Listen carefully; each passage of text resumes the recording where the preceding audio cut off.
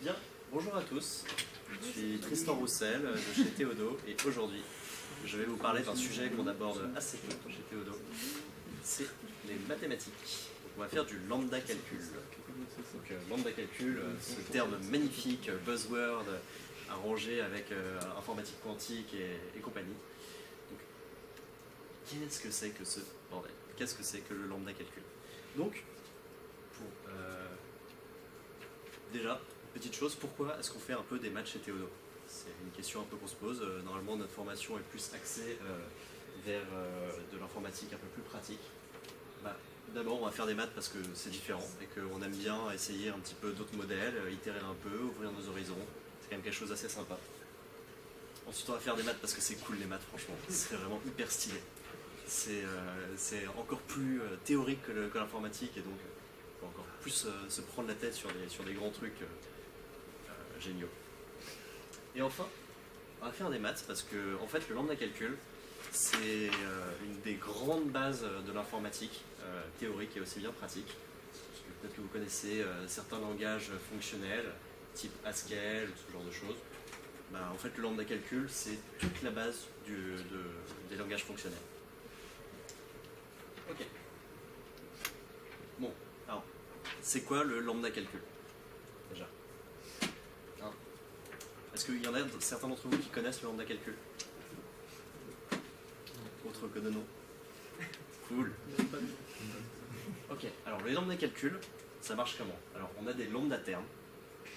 Jusque là, ça ne vous dit pas grand-chose. Donc, les lambda termes, ça peut être soit on a une variable, x, y, z, ok. Jusque-là, pourquoi pas. On peut avoir une application, c'est-à-dire qu'on prend un lambda terme qu'on applique à un autre terme. Ok, génial, ça ne me dit toujours pas grand-chose. Et on peut avoir des abstractions. Ah, je commence à comprendre. Ah non, je comprends toujours pas. Donc, lambda x en u. Ok, bon. Alors, un petit peu d'explication. Donc, les variables, ceux qu'on fait de l'informatique, vous voyez à peu près ce que c'est qu'une variable, tout va bien. Une application, on applique ici une fonction u à l'argument v. Ok. Et l'abstraction, lambda xu, en fait, c'est l'équivalent de la fonction qui a x associe la valeur u. Ok. Pourquoi pas? Alors, qu'est-ce qu'on fout avec tout ça? Donc, avec nos lambda termes, on va pouvoir faire des conversions. Donc, déjà, il y a l'alpha conversion. Alors, qu'est-ce que c'est que ça? Donc, je prends un terme qui est de la forme lambda xu et je peux le transformer sous la forme lambda y u dans lequel on a remplacé toutes les occurrences de x par des y. Qu'est-ce que ça veut dire? Ça veut dire que si j'ai une fonction... Je comprends pas la notation lambda x.u. C'est une notation. Oui, mais justement, je comprends. Lambda, c'est le nom de la fonction qui transforme x en u. Lambda, c'est un symbole. D'accord. X, c'est la variable. Et u, c'est la valeur. Et lambda, c'est juste le symbole qui veut dire que c'est une fonction. D'accord. C'est comme dans un langage de programmation, à la place de lambda, tu utiliserais le mot magique function. C'est l'équivalent du mot function, lambda. Et point, c'est par convention. Point, c'est par convention. C'est pour dire c'est la fin des arguments et on commence notre... Mais du coup, lambda xu, on ne sait pas comment on passe de x à u. U, ça va être un terme dans lequel il y aura probablement certaines occurrences de x à certains endroits. D'accord.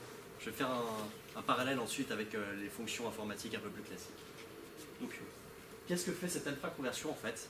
Elle dit quand on a une fonction qui a x associée à un terme u, en fait x c'est une variable muette. On pourrait tout aussi bien dire que notre variable on aurait pu l'appeler y. On peut faire pareil dans l'informatique classique. Quand on a défini une fonction qui a un argument qui s'appelait, je sais pas, foo, on peut décider de changer le nom de l'argument en barre et on remplace tous les fous à l'intérieur de la fonction par des barres. C'est ça que fait l'alpha conversion. Génial, me direz-vous. Allons plus loin. On peut faire la bêta réduction. Alors la bêta réduction, c'est là que se passe tout le truc intéressant du lambda calcul.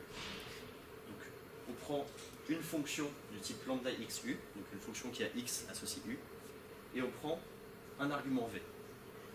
Et on va faire une réduction, c'est-à-dire qu'on va remplacer dans u toutes les occurrences de x, on va les remplacer par des v. Alors là, je pense que j'en ai déjà perdu quelques-uns. Donc qu'est-ce qu'on fait? en fait, on prend une fonction qui a un certain argument associe quelque chose et on va l'appliquer à un autre argument. En fait, on va exécuter un programme informatique ici. C'est là toute la magie fonctionnelle qui va se passer. Et ensuite, on pourrait faire de l'état conversion. Mais bon, bref, on va peut-être pas aller plus loin dans les maths parce que là, j'ai déjà perdu suffisamment mon élitoire.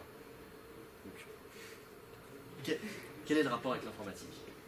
On va essayer un petit peu de faire des liens avec la programmation. Je vous ai parlé de lambda XU.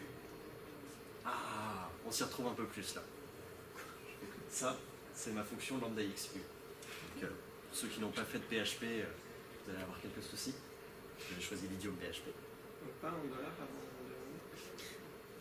Alors non, ici U justement, on ne sait pas ce que c'est un terme. Il peut y avoir plein de choses dans U. Qu'est-ce que c'est que UV? Finalement, c'est juste j'applique U à mon argument V. Jusque-là, vous me suivez à peu près? Pour un autre exemple intéressant, lambda X, lambda YU, c'est la fonction qui a X, donc la fonction foo qui a X va retourner une fonction bar qui a Y va retourner U.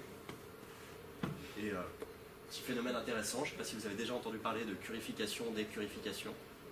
Donc, en fait, c'est à peu près équivalent à ça. C'est une fonction à deux variables. Donc, si vous ne connaissez pas la curification, ça vient d'un certain monsieur qui s'appelle Curie, et dont le prénom était Haskell, ça me dit peut-être quelque chose. Donc, il y a juste un langage fonctionnel qui a été nommé après lui, et qui ne s'occupe que de faire du lambda calcul. Donc, en fait, quand je vous parle de réduction, de bêta-réduction, le truc dont je vous parlais tout le temps, ça veut dire qu'on exécute notre programme. Ouais. Alors, je me souviens plus à quel endroit le terme technique de monade intervient, mais ouais, globalement, c'est ça. Moi, j'ai fait des monades en catégorie, donc c'est pas encore pareil, c'est encore plus mathématique, mais ouais, c'est exactement le lien avec les monades informatiques. Donc, on va essayer de prendre des exemples un peu de lambda calcul. Donc, si vous avez quand même commencé un peu à comprendre, notre lambda calcul, à quoi ça sert? Ça sert à faire de la théorie sur de la programmation et à avoir des résultats hyper intéressants là-dessus. Donc, on va prendre un exemple. Par exemple, la fonction i qui, à x, associe x. Donc, c'est l'identité. Je sais pas, pourquoi pas. Vous me suivez encore à peu près. On va prendre un autre exemple. Prenons la fonction de duplication. La fonction qui a x associe x appliqué à x. Alors là, on a un phénomène qui est vachement intéressant, c'est qu'en lambda calcul, tout est fonction, tout est valeur. On peut appliquer une fonction à n'importe quoi. Donc, pourquoi pas, me direz-vous, mais donc, on va travailler un petit peu avec ces exemples. Par exemple, prenons le terme i appliqué à la variable z. Comment ça va se réduire? Ou le terme oméga appliqué à i, ou oméga appliqué à oméga. On va commencer par i appliqué à z, c'est le truc le plus simple. C'est, on applique la fonction identité à une variable, et ça va se réduire immédiatement en la variable. Ok, jusque-là c'était facile. Oméga appliqué à la fonction identité. Qu'est-ce qui se passe? Donc, oméga, donc c'est notre lambda x, et ensuite on avait lambda y pour y. Alors vous avez vu que j'ai renommé le nom de ma variable muette. J'ai fait de l'alpha conversion. Je ne vous l'ai pas dit, mais on a le droit de renommer donc, effectivement ces variables, et je le fais de manière un petit peu transparente. Donc, première chose qu'on fait, on applique la fonction oméga à son argument, c'est-à-dire qu'on recopie l'argument deux fois. Donc ici l'argument c'est i. On a lambda y.y appliqué à lambda z.z. On a à peu près suivi. Ensuite on peut encore réduire. Il nous reste encore un terme, c'est la fonction identité appliquée à elle-même. Et bien quand on applique ça, on obtient quoi? La fonction identité. Pourquoi pas? Allons plus loin.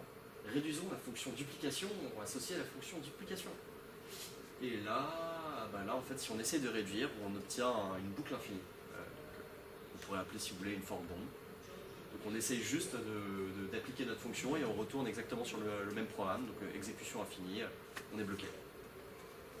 C'est marrant. Et en fait, avec ce genre de choses, on peut définir un sacré paquet de concepts qui sont liés à l'informatique qu'on pratique tous les jours. Typiquement, on va pouvoir définir avec le lambda calcul des entiers et des opérations arithmétiques de base. On va pouvoir définir la récursion, on va pouvoir définir des listes, on va pouvoir définir des couples, tout plein de choses.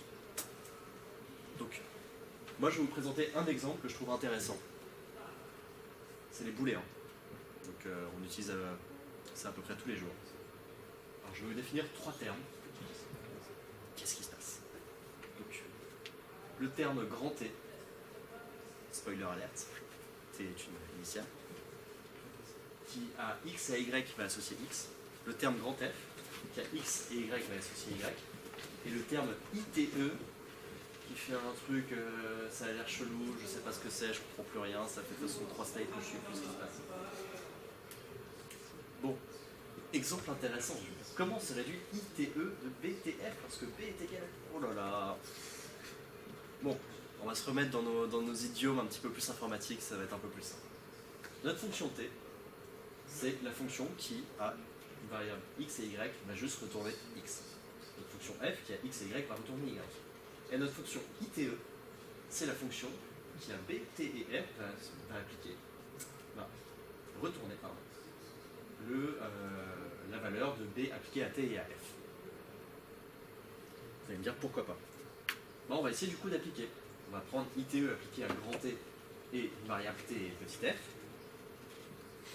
Enfin, qu'est-ce qui se passe? Alors d'abord, on passe par ITE, donc le retour c'est juste la fonction, le premier argument appliqué aux autres arguments, pourquoi pas, et on continue.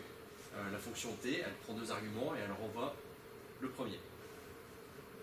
C'est vachement ce que j'ai écrit, donc vous me passerez la petite faute, c'est un petit détail. Et si on faisait le contraire avec la fonction f, ben on a le contraire. Alors, si vous n'avez pas très bien suivi, en fait ici il s'est passé un truc magique. C'est que ITE, c'est les initiales de if, then, else. Et que T et F, c'est mes booléens true et false. Et que si j'applique mon if, then, else à true, ça va me renvoyer la première valeur, le then. Si j'applique mon if, then, else à false, ça va me renvoyer la seconde valeur. Voilà, on a défini les booléens en lambda calcul. Et c'est intrinsèquement comme ça que c'est défini dans certains langages de programmation. Donc voilà, c'est hyper cool, moi je trouve ça génial. Un petit problème intéressant qu'on peut avoir par exemple en lambda calcul, je trouve vachement marrant, c'est que quand on fait des réductions, on n'est pas toujours assuré que ça se termine. Vous avez pu remarquer tout à l'heure, quand j'ai appliqué la fonction duplication à la fonction duplication, on avait une exécution infinie. Ça c'est pas toujours génial quand même en informatique. On aime bien avoir des trucs qui se terminent et être sûr que ça se termine. Donc, solution qu'on peut essayer d'implémenter. On va parler des types. Le lambda calcul simplement typé. Qu'est-ce que c'est que ça? À une variable, on va associer un type. Ici que je nomme grand A. La variable x est de type grand A. Pourquoi pas? Et on va déterminer le type d'un terme u de la façon suivante. Si, lorsqu'on a x qui est de type grand A, et dans ce cas-là on a u de type grand B, alors on a la fonction qui a x associe u, qui est de type, je prends un type A et je rends un type B. Donc là c'est assez cohérent avec ce que vous avez pu voir en informatique classique. Si j'ai une fonction qui prend un argument de type A et qui renvoie un type B, son type c'est ça, c'est sa signature en fait. On continue. Si on a une fonction qui prend un type A et qui renvoie un type B et qu'on a un argument de type A, alors quand on applique la fonction à l'argument, on obtient un type B. Alors, théorème qui est vachement intéressant avec le lambda calcul typé, c'est que si on considère tous les termes qui sont typés et qu'on ne s'autorise que à les associer de cette façon-là, c'est-à-dire à mettre les bons types aux bons endroits, le lambda calcul simplement typé est fortement normalisant. Donc, qu'est-ce que ça veut dire que ça? En fait, ça veut dire que, quelle que soit la façon dont on essaye d'exécuter notre programme, de réduire notre terme, on arrive toujours au bout. Ça se termine toujours, l'exécution. Et on arrive toujours au même résultat. C'est quand même plutôt sympa. C'est génial. Bon. Et sinon, en fait, ça sert à quoi, ça, par exemple, cet exemple? Je ne sais pas si vous avez un petit peu saisi. Est-ce que vous avez déjà entendu parler de stratégie de réduction? Ça vous dit rien? Les call by value, call by reference, call by name, call by need. Donc, stratégie de réduction, stratégie d'exécution en programmation, c'est simplement la façon dont l'exécution du programme va se faire. Typiquement, un call by name, qu'est-ce que c'est? C'est, on va commencer par call by value qui est le plus courant. C'est je prends une fonction,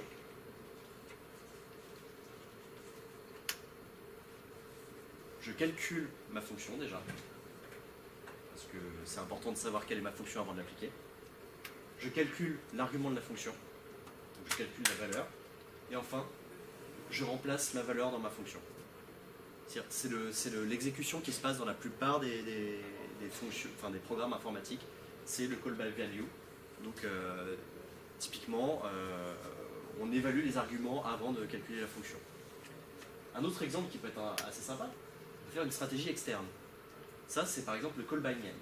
Call by name, c'est quelque chose qui est très très peu fait, qui est une stratégie beaucoup plus globale, qui dit, quand on a une fonction appliquée à un argument, mais qu'on n'a pas encore fini de compiler la fonction ni l'argument, bon, c'est pas grave, on peut quand même remplacer dans la fonction toutes les occurrences de l'argument par sa valeur qui n'est pas encore finie de compiler. Alors, ça vous dit peut-être pas grand-chose, mais un exemple de cas où ce genre de stratégie peut avoir des effets différents dans la vie de tous les jours, c'est, est-ce que vous avez déjà entendu parler de lazy evaluation, par exemple, et de short circuit pour les OR et les AND avec les booléens. Qu'est-ce que c'est que l'évaluation paresseuse? C'est quand on évalue A ou B, si A est faux, on va peut-être pas évaluer B. Ce genre de choses.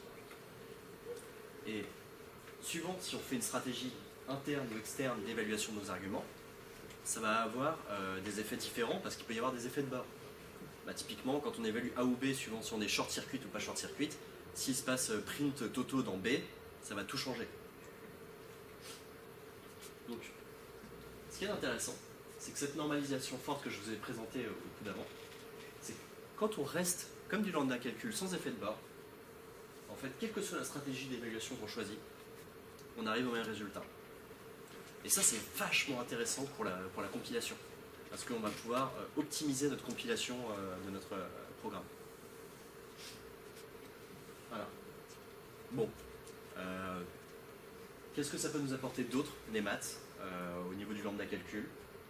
Justement, je vous ai parlé de stratégie de réduction optimale. Donc ça, c'est un domaine des maths en lambda calcul qui est vachement intéressant, qui se traduit en informatique par tout ce qu'on met dans nos copilots pour que le code soit optimalement réduit et exécuté le plus vite possible. C'est vachement intéressant. Qu'est-ce qu'on peut faire d'autre? On a une correspondance entre théorie de la démonstration et système de réécriture. Qu'est-ce que ça veut dire?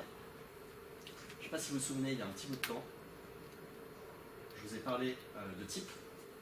Et si certains d'entre vous ont déjà fait de la logique dans leur vie, ils ont pu remarquer que j'ai utilisé la flèche d'implication, ici. Et en fait, on a une correspondance ici entre nos types et des propositions logiques. Ok, c'est génial, ça lie deux domaines et tout, qui sont a priori séparés. C'est vachement marrant. Et à quoi ça nous sert? Typiquement, ça va nous servir à faire certains langages de programmation qui servent à faire de la démonstration automatique en mathématiques. Typiquement, si vous avez déjà fait du coq, c'est exactement ce que ça fait. C'est vachement stylé de faire ça. Et en plus, ça nous apporte tous les théorèmes que la logique a pu développer vont avoir des conséquences en informatique. Par exemple, il y a les théorèmes de complétude et d'incomplétude de Gödel. C'est des grands théorèmes mathématiques qui disent qu'il y a certaines choses, par exemple, qu'on peut expliciter en mathématiques, des théorèmes, qu'on ne pourra jamais démontrer comme étant vrais ou faux. Globalement, c'est ce que ça dit. Ça a des vraies implications en informatique. Ça dit que si on a des langages qui sont suffisamment puissants, et à un certain moment, il va se passer des choses assez brutales, assez bizarres. Et on n'est pas assuré de savoir comment l'exécution du programme va se terminer ou ce genre de choses. Donc c'est des résultats qui sont plutôt intéressants. Et on peut aussi parler d'informatique quantique. Ce serait vachement intéressant. Le lambda calcul permet justement d'avoir une certaine rigueur qui permet d'introduire les qubits, qui sont donc l'équivalent des bits classiques. Donc les bits en informatique c'est 0 ou 1. Un qubit, on ne sait pas trop, c'est un truc qui va entre 0 et 1 et qui peut en plus peut être lié à d'autres qubits et ça fait des trucs chelous. C'est vachement intéressant. La calculabilité et la complexité, c'est quelque chose qu'on n'étudie pas trop en général en développement web, mais si on va un petit peu plus de temps à autre faire des calculs de l'algorithmique, c'est important d'avoir des algorithmes qui sont un petit peu rapides et de ne pas se planter dans son choix d'algorithme. Typiquement, trouver un élément dans une liste, ça peut se faire rapidement ou ça peut se faire lentement. Il y a des choses comme ça qui sont à assez bas niveau et qu'on retrouve d'ailleurs à un petit peu plus haut niveau, le choix d'un bon algorithme, le choix d'une bonne architecture d'applications qui peuvent être dramatiques au niveau des performances. Et tout ça, on gagne ça grâce au lambda calcul et à tout ce que les mathématiciens ont fait pendant 50 ans là-dessus. Bon, ma petite présentation était vraiment assez rapide, c'est terminé. Est-ce que vous avez des questions sur le lambda calcul? C'était qui ton prof? Ou Alors, tes profs?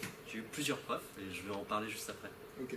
Puisque juste après, j'ai une petite bibliographie pour ceux que ça intéresse, d'aller plus loin dans les sujets. Tu as fait combien d'années de maths Alors, j'ai fait un master de logique.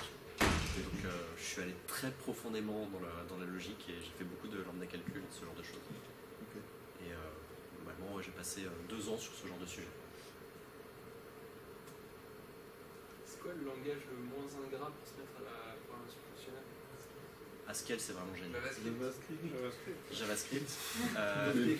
Mais non, sinon- sérieusement. Sérieusement? Sinon, il y a Non, mais Camel. je parle du- Camel, les langages ML sont très bons aussi pour t'exposer la théorie du lambda calcul. Donc Camel et OCaml, typiquement, sont des très bons langages pour aller vers de la théorie. Et selon toi, JavaScript, c'est bien pour se mettre au lambda calcul ou pas?